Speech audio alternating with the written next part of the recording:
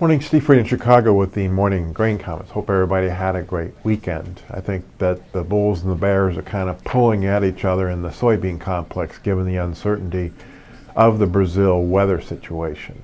Over the weekend, some of the dry areas of north central Brazil saw some scattered rains. They could see some more rains this week. The problem is that after that it looks drier. Some people think that about 10% of the Brazil crop is in stress because of dryness, and there's not a lot of rain forecasted for that area. You saw one private group come down and say that maybe the Brazil crop is now between 95 and 97 million metric tons versus the USDA's 100 million metric tons crop. So you're also seeing, both in corn and beans, the funds trying to get out of their short position as the year end comes closer. So you've got those things kind of working with the market. Overnight, prices had a fairly wide range, good volume. Beans are up a little bit, corn and wheat is unchanged, the dollar's mixed. U.S. stocks should open sharply higher from Friday's losses, and crude is lower.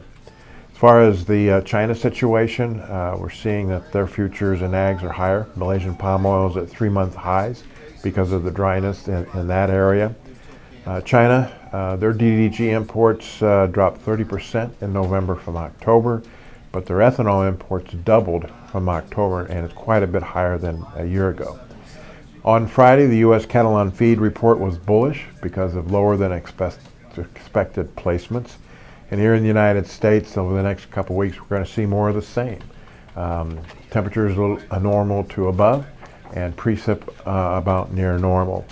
The funds are short a small amount of beans. They've reduced their corn short, still short a fairly large amount of wheat, and still long a record amount of soybean oil.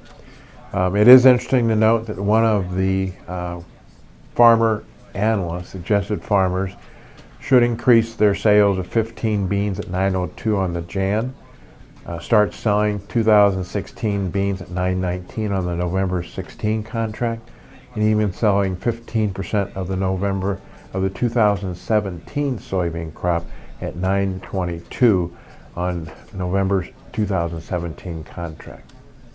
As always, these are my thoughts, not those of ADM or ADM Investor Services, and have a safe and profitable trading day.